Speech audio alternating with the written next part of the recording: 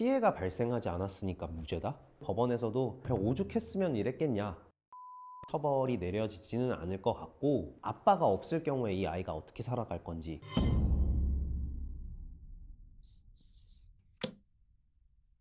얼마 전에 되게 특이하다면 특이하고 안타깝다면 안타까운 사건이었는데, 장난감 물총을 가지고 은행을 털려던 남성의 이야기가 뉴스에 되게 크게 보도가 됐었는데, 이거에 대해서 어떤 죄로 처벌이 될까에 대해서 한번 이야기를 나눠보려고 합니다. 많은 분들이 생각하시기에는 장난감 물총이라고 하더라도 그 당시에 갑자기 들어와서 돈 내놔 하고 총일지도 모르는 물건을 숨겨서 강도를 하려고 했었던 사람이 들어왔을 때, 이 사람은 그러면은 특수강도 뭐 이런 걸로 처벌을 해야 되는 거 아니냐라고 하시는 분들이 계실 것 같아요. 일단 특수강도, 강도, 절도에 대해서 먼저 설명을 가볍게 하고 넘어가려고 하는데요. 절도는 누구나 다 알고 있듯이 몰래 훔쳐가는 걸 절도라고 하고, 강도 같은 경우에는 절도 앞에 폭행 협박으로 돈을 가져가는 경우를 강도라고 하고, 강도를 함에 있어서 흉기를 휴대해서 강도를 하게 되면은 특수강도가 성립하게 됩니다. 보통 특수절도 뭐 이런 식으로 있으면 위험한 물건을 휴대하여라고 되어 있는데, 강도 같은 경우는 흉기를 휴대하여라고 되어 있거든요. 흉기라고 하면은 칼이 될 수도 있을 거고, 뾰족한 뭐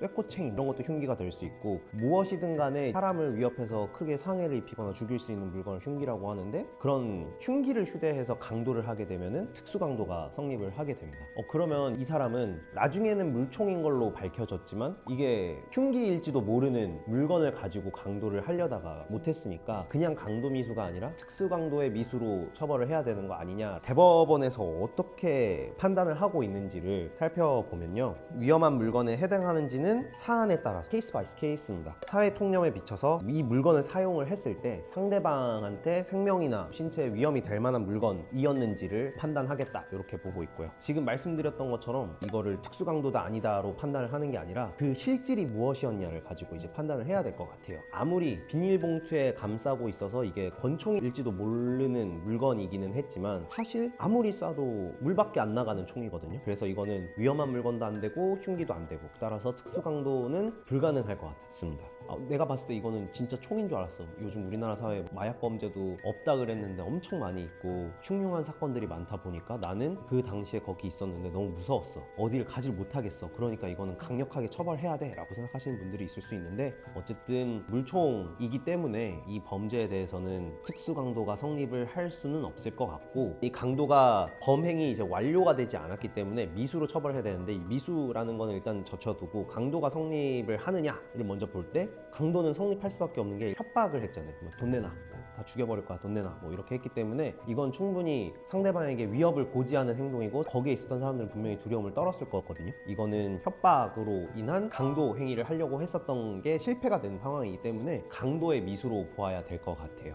이 사안이 이제 들여다보면은 자기 슬하에 아이가 있는데 제대로 챙겨줄 수도 없는 그런 상황에서 생활고를 견디다 못해 아이를 케어를 못하니까 아버지로서 갑자기 이런 행동을 하게 된 것 같거든요. 다른 사람들을 어떻게 위해 가할 생각은 없고, 내가 정말 강도라도 어떻게 해야겠다라는 잘못된 생각이죠. 뭐 그런 짧은 생각으로 이 범행을 저지르게 된 것 같은데, 개인적으로는 좀 안타깝다는 생각 들어요. 근데 범죄자한테 그럴 수밖에 없었던 서사를 부여를 하는 거는 굉장히 안 좋은 거고, 그래서는 안 되는 거기는 한데, 사실 묻지마 범죄도 많고 보복을 위해서 하는 범죄도 많고, 되게 흉흉한 세상에서 이런 복지 사각지대에 있었던 사람이 오죽했으면 그랬을까라는 생각은 저는 개인적으로는 들기는 하거든요. 뭐 이분이 당연히 처벌을 받아야 되는 건데, 이 부분에 대해서 분명히 요즘 뭐 쿠팡 상하차 하루만 해도 10만 원 버는데 그럴 노력도 안 하고 그냥 일단 들어와가지고 돈부터 뺏을 생각부터 잘못된 사람이다 라고 이제 강하게 욕하시는 분들도 계실 것 같고, 그것도 맞는 말이기는 하거든요. 이런저런 사건들을 많이 접해보면서 세상에 정말 나쁜 사람들이 많기 때문에 개인적으로는 좀 딱하다는 생각이 들기는 하고, 법원에서도 이런 사정을 참작을 할 것 같기는 해요. 초범이라면 이런 것도 당연히 고려가 될 거고, 범행 동기, 그리고 계획된 범죄이냐 아니냐 법원에서 굉장히 중요하게 보고 있고, 만약에 은행 강도를 한다 그러면은 할리우드 영화 같은 거 보면은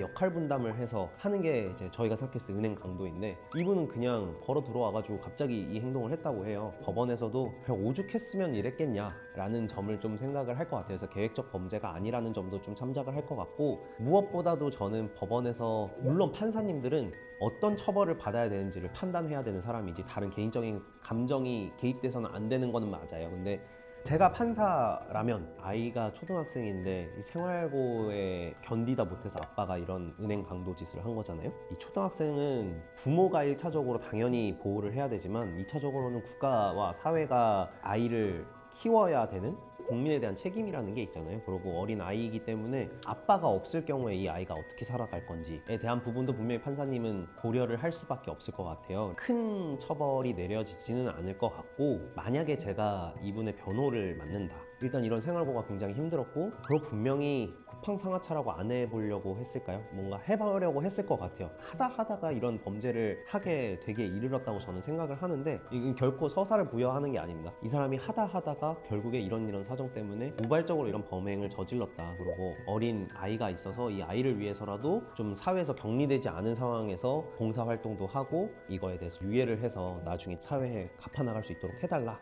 라는 것도 주장을 해볼 것 같고, 가능하다면은 이 은행에 찾아가서 탄원서를 써줄 수 있다면 그런 거라도 한번 구해볼 것 같아요. 왜냐면은 법원에서 많이 보는 것 중에 하나가 이제 피해자의 합의가 이루어졌냐도 굉장히 큰 부분을 차지하기 때문에 판결문들을 보면은 이제 합의된 부분을 많이 보고 있다라는 걸 느낄 수가 있는데, 어쨌든 잘못은 했지만 그 잘못에 대해서 뭔가 사회에서 격리되지 않고 죄값을 치르면서 이 아이도 케어할 수 있는 방향으로 판결을 내리지 않을까 싶습니다. 이런 이야기를 뭐 어렸을 적에 영화에서 본 적이 있는 것 같은데, 수술비를 마련하기 위해서 뭐 가짜 비비탄 총을 들고 가서 강도를 하려고 했었던 그런 영화가 있었던 것 같은데, 영화에서나 보던 일이 우리나라에서 일어났다는 게 씁쓸하고, 법무법인이기 때문에 법리적인 부분을 다뤄보기는 했지만 이런 일이 이제 우리나라 사회에 없었으면 하는 바람에서 또 이렇게 한번 사건에 대해서 말씀을 드려봤습니다. 장난감 총이라서 사람을 해칠 수 없다, 나 이렇게 판단. 근데 이 사람이 무기가 없어요. 무기가 없는데 복싱을 10년 정도 했어요. 왼손이 수면제. 그렇다고 해서 그게 흉기는 아니기 때문에 강도로 들어갈 것 같기는 하거든요. 거기 아마 분명히 뭐 검사가 이제 기소할 때 공소사실에도 그게 들어가 있을 거예요. 피고인은 과거 몇 년 동안 복싱을 뭐 수련을 해서 뭐 프로복싱 뭐 몇 점 몇 패 무슨 뭐가 있는 사람이다, 전력인 사람이다, 그래서 일반인들보다 훨씬 더 위험하다, 이런 것들이 분명히 기재가 될 거고, 판결문을 쓸 때도 적혀 있을 것 같아요. 예전에 그런 얘기 있었던 것 같긴 해요. 격투하는 사람이 뭐 이렇게 하면은 더 가중처벌 받는다. 그거 진짜 아니었는데. 근데 가중처벌 받을 수 있겠죠. 똑같이 폭행을 해도 이 사람이 뭐 전문적으로 주먹을 쓰는 스포츠를 해가지고 그럼 훨씬 더 안 해야 될 그런 게 있는 사람인데도 불구하고 때렸으니까 그거에 대해서는 나쁘게 볼 것 같아요. 피해가 발생하지 않았으니까 무죄다?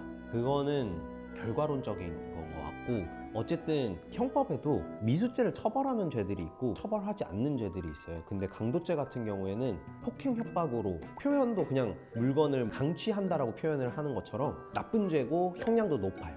내가 실행을 해서 범죄가 완료가 되지 않았더라고 그래도 요거는 처벌이 되는 거기 때문에 아무런 피해가 없어도 미수죄로 처벌이 될 수밖에 없어요.